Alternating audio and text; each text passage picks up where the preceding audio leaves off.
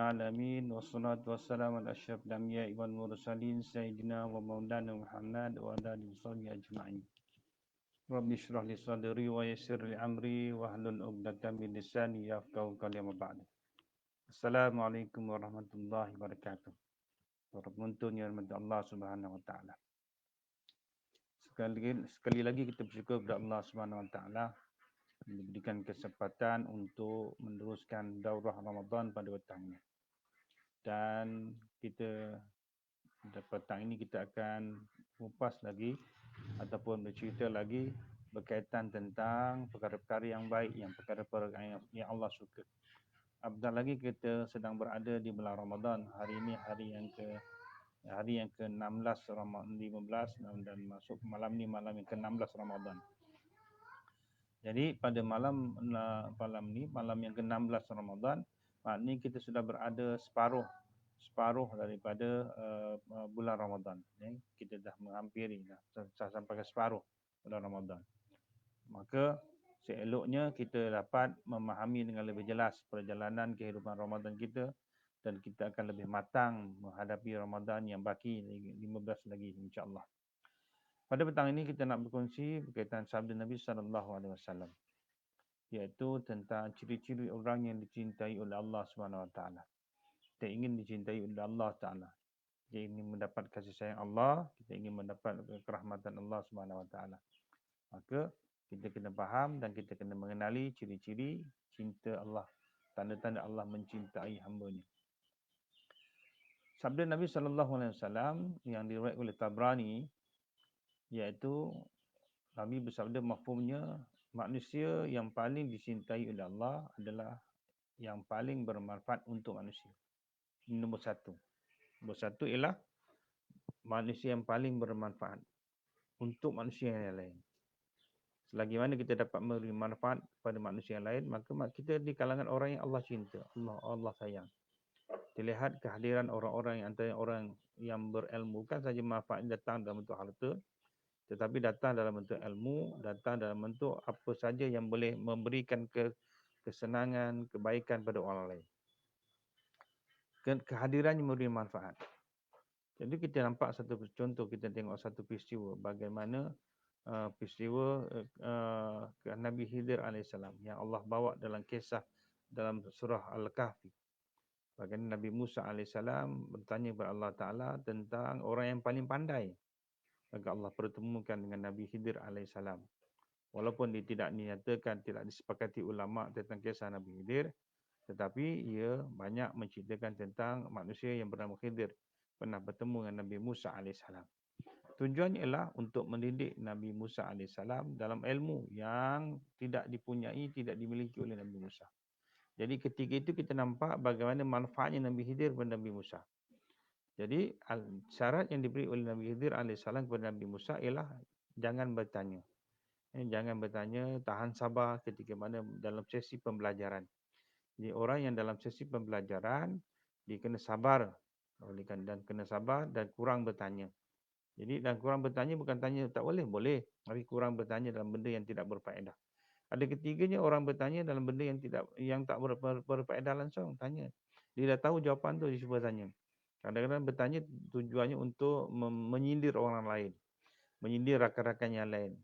Supaya dengan jawapan yang diberi itu dapat membantu ia mengaibkan atau menjadikan seorang itu lebih rendah daripada dia. Ada ketika itu, ada ketika yang membuat dah tahu tapi buat tanya supaya saja-saja. Jadi Nabi Khidir berikan syarat kepada Nabi Musa, jangan banyak bertanya. Ikut saja, ini satu pembelajaran. Sehingga satulah sampai masanya Nabi Musa tidak dapat bertahan dengan syarat yang diberikan oleh Nabi Khidir. Akhirnya Nabi Khidir kita sampai saat inilah, sampai ketiga inilah, wahai Musa, kita berpisah. Jadi semua kisah itu ada dalam kisah dalam surah Al-Kahfi. Jadi banyak lagi kisah-kisah yang lain yang Allah nak cerita kepada kita bahawa orang yang paling dicintai oleh Allah, Nabi pun maklum Allah, orang yang paling dicintai oleh Allah, yang Allah suka. Salah satu cirinya dia kehadirannya memberi manfaat pada orang lain. Bukan kehadirannya mendatangkan kesusahan, mendatangkan kesedihan pada orang lain. Tak, datangnya ialah memberikan kegembiraan, datang yang memberi kemanfaatan, datang memberikan faedah kepada orang yang menunggu, untuk orang yang hadir. Jadi Banyak kisah-kisah yang boleh kita ambil contoh dan sebagainya. Begitu juga kisah sahabat Nabi bernama Jabir bin Abdullah. Jabir bin Abdullah dalam peristiwa perang Khandaq, dalam peristiwa peperangan Khandaq, Nabi menggali parit, turut sama turun ke dalam parit menggali, dan begitu sahabat-sahabat yang lain, orang Islam Madinah, Muhajir, Ansar sama-sama tolong untuk menggali parit sebab musuh sudah 5 km hampir dengan Madinah, diketuai oleh Muawiyah bin Abi Sufyan sama dengan orang-orang yang belum beriman pada ketika itu, orang kafir Quraisy datang untuk membunuh Nabi, datang untuk menawan kota Madinah, datang untuk menghancurkan Islam.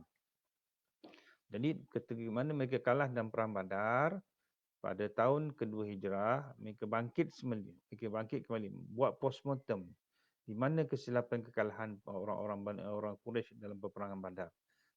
Antara kajian mereka dapat ataupun postmortem yang mereka dapat ialah pertama, iaitu kekurangannya tentera. Kurang orang tentera. Tambah lagi. Yang kedua, kita datang lewat ke Lembah Badar. Oleh kerana itu, Muhammad berjaya menguasai Badar. Oleh kerana ini, kita kena pergi cepat menuju ke Madinah. Cari posisi yang paling lemah. Di mana orang Madinah tidak mampu mengalahkan mereka. Yang ketiga, perlengkapkan persenjataan. Kalau boleh, untuk bertahan dalam tempoh yang lama. Sebab mereka kalah dalam perang Badar dalam tempoh hanya setengah hari. Kali ini mereka cuba untuk mengatasi tentera Islam lebih pada setengah hari, mungkin lebih pada satu hari. Lepas tu kita lihat dalam perang Uhud dan sebagainya. Dalam perang Uhud, mereka kalah juga. Separuh kalah, separuh menang. Dalam perang Khandaq, mereka cuba lagi. Perang yang ketiga, berlaku dalam peristiwa bulan Syawal. Kita berada di bulan Ramadan. Perang Khandaq berlaku dalam bulan Syawal. Jadi, ketika mana perkara ini berlaku, kita lihat bagaimana orang ketika itu keadaan kemarau yang amat sangat dan keadaan makanan yang amat sukar untuk diperolehi, sehingga Nabi pun rasa lapar yang amat sangat sehingga Nabi meletakkan batu-batu di pinggang-pinggang, di pinggang Nabi SAW diikat dengan tali pinggang. Semakin banyak batu, semakin lapar Nabi, semakin banyak batu yang berada di pinggang Nabi untuk berlawan antara lapar dan kesakitan. Jadi keadaan Nabi yang amat keletihan, keadaan Nabi yang amat kelaparan sehingga tersentuh hati Jabir bin Abdullah. Jabir bin Abdullah memikirkan apa yang boleh dilakukan untuk membantu Nabi SAW.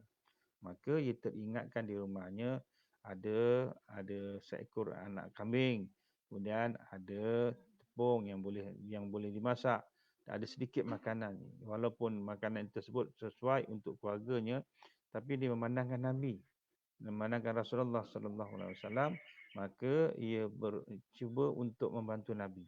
Lalu dibisikkan Nabi SAW, "Ya Rasulullah, saya ingin nak balik rumah sekejap." Rasulullah kata, "Kita sedang gali parit. Saya ambil tempoh sekejap je Rasulullah, nak balik. Ada keperluan yang lebih penting. Nanti saya datang semula." Tujuannya ialah untuk menyiapkan makanan untuk Rasulullah. Jadi, akhirnya Rasulullah benarkan. Bila berlarilah dia balik ke rumah dia. Balik ke rumah, dia jumpa isteri dia, dia kata, "Kita kena bantu Nabi SAW. Sebab Nabi dalam kelaparan. Apa yang ada di rumah kita?" Isteri ni jawab dengan penuh kejujuran. Dia kata, "Ya bang, kat rumah kita ni hanya ada segenggam tepung. Bolehlah masak, tapi segenggam tepung. Apa yang boleh kita dapat dengan segenggam tepung? Cuma kalau kita berdua. Tapi kalau campur Nabi SAW seorang, okeylah. Ataupun seorang lagi sahabat yang lain mungkin boleh." Tak apalah, dia kata, teruskan. Kita masak, kita boleh jadikan tepung itu sebagai makanan. Maka Nabi SAW ketika itu berada di Khandaq. Jabir bin Abdullah pergi ke belakang rumah, disembelihnya seekor anak kambing. Itulah satu-satu kambing yang dia ada, masih lagi anak, sembelih. Korbankan sesuatu untuk Nabi SAW. Apalah yang ada pada anak kambing bagi orang biasa, tapi bagi orang yang luar biasa, bagi Jabir bin Abdullah, dia lain. Bagi orang yang susah seperti Jabir bin Abdullah, dia lain. Dia sumber makanan. Bila besar nanti, kambing ini sumber makanan, sumber pendapatan dengan jual susu dan sebagainya. Tapi demi Nabi SAW. Sebab Nabi datang dengan kemanfaatan. Maka Jabir bin Abdullah korban sembelih seekor kambing, anak kambing yang satu-satunya dia ada. Lalu dia masak. Bila dia masak, dalam keadaan berada di atas api, dia biarkan, kata isteri dia nak panggil Rasulullah dengan beberapa orang sahabat. Isi dia pesan, bang, yang panggil beberapa orang sahaja, jangan ramai-ramai sebab makan kita cukup untuk beberapa orang. Bila sebut beberapa orang, maka lazimnya 3 orang. Atau mungkin 4 orang itu maksimum lah.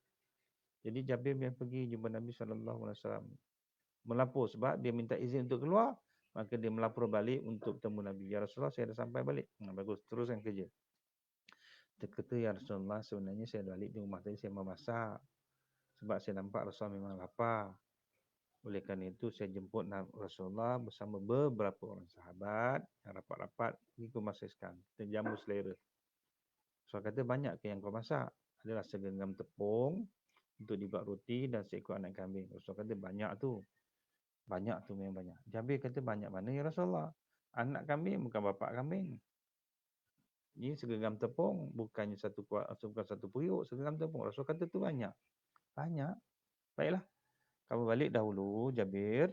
Beritahu pada isteri kamu, jangan buat apa-apa pada makanan tu. Biar berada di atas tempat masak. Jangan keluarkan. Biar aku sendiri akan datang, akan menghidangkan orang lain yang datang. Baiklah. Jabir kata, ingat Rasulullah, beberapa orang sahaja sebab makanan tu cukup tu je. Saya kata apa? Banyaklah tu. Akhirnya bila Jabir sampai di rumah, isteri ditanya, bang, macam mana? Rasulullah datang tak? Datang. Gembiranya isteri Jabir sebab Rasulullah nak datang rumah dia. Rasulullah menjadi pelawat atau pengunjung tetamu di rumah. Ikramul dhuyuf, tetamu dia pada hari itu ialah tetamu yang paling istimewa dia di atas muka bumi. Iaitu Nabi SAW. Penghulu para rasul, penghulu syurga, kekasih Allah, penerima wahai Islam, pembawa rahmat dan juga ialah pembawa Al-Quran. Jadi gembira sebab dia bakal dikunjungi oleh Nabi, bakal bersama nak makan bersama dengan Nabi SAW. Bayangkan dapat makan dengan Nabi SAW. Bagaimana di akhirat nanti dapat menjadi saksi di akhirat. Jadi bila mereka duduk di sana, mereka nampak Rasul datang. Bila Rasul datang bersama dengan beberapa orang sahabat. Tapi yang mengherankan semakin lama semakin ramai. Semakin lama semakin ramai hingga panik. Suami isteri dah mula panik sebab yang datang ni terlalu ramai. Rasul panggil bukan 2-3 orang tapi hampir ribuan orang yang datang ni. Ni terlalu ramai. Bila kita jemput tetamu tak ramai, yang datangnya luar biasa ramainya, panik tuan rumah. Tak cukup tanah nak lari. Tak cukup bumbung nak manjat. Nak lari mana dah ni? Tetamu dah sampai dah. Makanan jadi memang tak banyak mana dah. Panik. Sambil salah menyalah. Isteri salahkan. Ni abang ni, saya dah kata dah. Makanan kita tak banyak, pergi jemput seramai-ramai manusia, kenapa? Suami dia kata, aku jemput beberapa orang, begitu Rasulullah. Takkan Rasulullah berbohong? Mustahil. Rasulullah berbohong sebab sifat Nabi, sifat seorang Nabi ialah sedek, amanah, tabligh, fatanah. Berkata benar, bercakap benar, amanah, jaga amanah, tabligh, menyampaikan benda yang benar, fatanah, bijaksana. Macam ni bang. Suami dia kata nak buat macam mana lagi, terima je lah. Banyak ni. Banyak. Tak apalah abang layan lah. Saya duduk dalam bilik. Saya takut. Saya mula bimbang sebab tak mampu untuk melayan tetamu dengan sebaik yang mungkin. Sebab tetamu ni membawa rahmat. Membawa kasih sayang Allah SWT. Jadi Jabir dalam keadaan panik, terima je. Rasul faham paniknya pemilik tuan rumah panik. Rasul faham. So kata Jabir, tenang dan tentera, cool down, rehat. Tenang, jangan risau. Akulah yang akan menguruskan, akulah akan melayan mereka yang aku datang, aku bawa sekali. Sebab makanan yang berada di rumah kamu ni banyak sangat. Jabir tak boleh nak jawab apa sebab Rasul kata banyak sangat. Dan takkan dia tak tahu banyak, tak banyak sebab dia yang masak. Jadi Rasulullah lah. Jabir dah hati gelisah, tuan-tuan perempuan. Bagi orang yang menjadi pemilik rumah, bila tetamu datang yang luar biasa ramainya, memang panik. Tak tahu nak tak mana muka lah ni.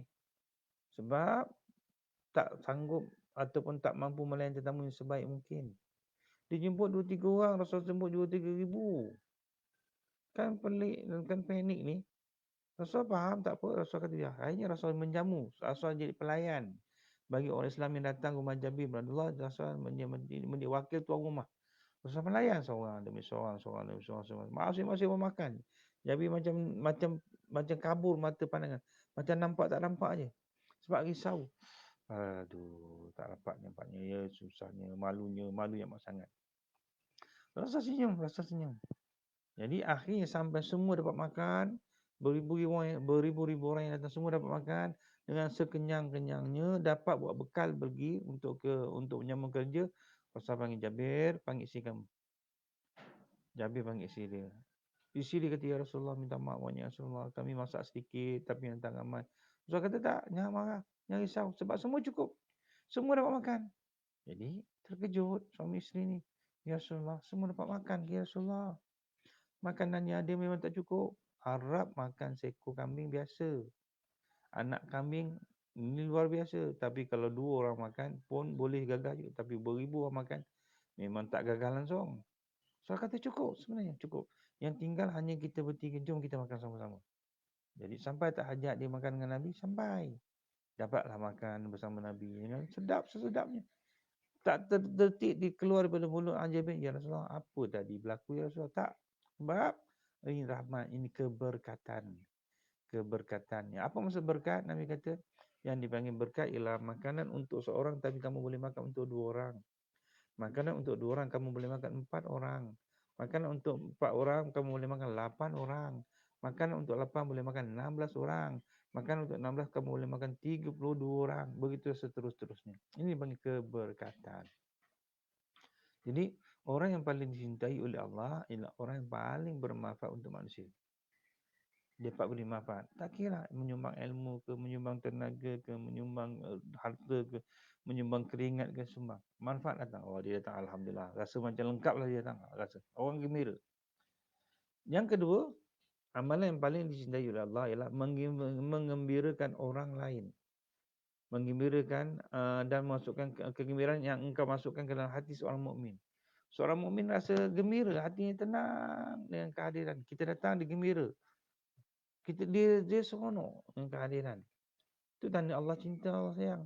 Orang yang boleh menggembirakan hati orang lain. Kadang-kadang ada orang bukan datang, dia datang dengan 1000 masalah, lagi susah. Dia kata, masa aku duduk seorang-seorang tadi, tak ada kata apa. Bila kau datang, berserabutlah fikiran aku ni. Aduh, apa bala yang kau bawa ni. Bila orang yang datang, yang Allah sayang datang, alhamdulillah datang, seronok. Aduh, suami seronok betul, awak dapat datang, seronok. Seronok. Mana orang itu orang yang paling Allah cinta, Allah sayang. Sebab kehadiran dia menggembirakan orang yang menyambut kehadiran dia. Orang yang menyambut gembira. Ataupun kita jumpa seseorang, orang tu sedang gelisah, kita gembirakan dia. Orang tu gembira. Okay, ini tanda-tanda Allah sayangkan kita. Allah sukakan kita. Allah mencintai kita. Dan apa lagi yang Allah suka? Orang yang Allah sayang, engkau mampu menghilangkan kesusahan orang lain. Tanda Allah sayang, mampu menghilangkan kesusahan orang lain. Orang itu memang susah, maka dia mampu menghilangkan kesusahan. Tak banyak, tak semua, tapi ada sebahagian. Kesusahan hilang, tak apalah. Alhamdulillah dapatlah kurang sikit susah ni. Kau datang dia nampaklah. Ringanlah sikit tadi, berat beban betul lah. Bila kau datang, lega lah sikit. Walaupun tak lega semua, tapi lega sikit lah. Itu tandanya Allah sayang pada orang yang tadi. Orang yang mampu menghilangkan kesusahan orang lain. Walaupun bukan semua, tapi sebahagian pun sama juga. Dia ialah antara orang yang Allah sayang. Yang seterusnya, siapa dia? Engkau mampu membayarkan hutang untuk orang lain. Orang tu berhutang atau tak cukup duit. Nak bayar ni, tak cukup duit. Tak apalah, saya halalkanlah. Halal. Halal selalu kan bagus? Tak, halal kali ni je lah. Mampu mengurangkan hutang. Walaupun dia tak mampu nak bayar ni, hutang. Halal lah. Saya hutang awak ada lagi RM15. Nanti rasa nak cukup bulan depan pun dapat bayar. Tak apa. Saya halalkan. Orang ini orang yang Allah sayang. Orang ini orang yang Allah cinta. Ataupun orang ni tak tahu. Dia tengah makan. Ramai-ramai tengah makan. Tiba-tiba nak bayar. Cik, ada tadi dah bayarkan cik. Siapa dia? Tadilah kawan cik. Siapa dia? Tak tahu. Tapi dikata kawan cik, dia dah bayarkan. Nampak? Membayarkan makanan orang lain, orang tu sini tak tahu. Kita tanda Allah sayang, Allah suka. Siapa lagi yang Nabi kata? Engkau mampu menghilangkan kelaparan orang. Macam tadi saya kata menjamu. Menghilangkan kelaparan. Orang tu makan tengah lapar lah tu. Jadi, tengok dah ada orang bayarkan. Ataupun nampak orang tak mampu beli makanan ni. Ataupun datang niat minta sedekah. Tak apa, bagi dia makan, bagi makan sepuas-puas. Orang ini orang yang Allah sayang, menghilangkan kelaparan orang lain.